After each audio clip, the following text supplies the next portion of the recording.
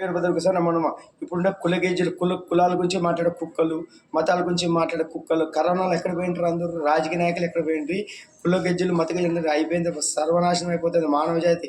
ఇంకా మనకు దగ్గరకు వచ్చేసింది మానవ జాతి, మనుగులు లేదు, ఇంకా వైరస్ విజృంభించి ప్రపంచాన్ని నాశనం చేస్తుందని కరోనాతో చూపిస్తే అప్పుడంతా యాడిపోయింటే కులాలు యాడివే, మతాలు యాడివే. ఇప్పుడు మళ్ళీ కూడు ఎక్కువ కోవడం ఎక్కువైందిరా, మీకు కూడు ఎక్కువైతే కోవడం ఎక్కువవుతుంది.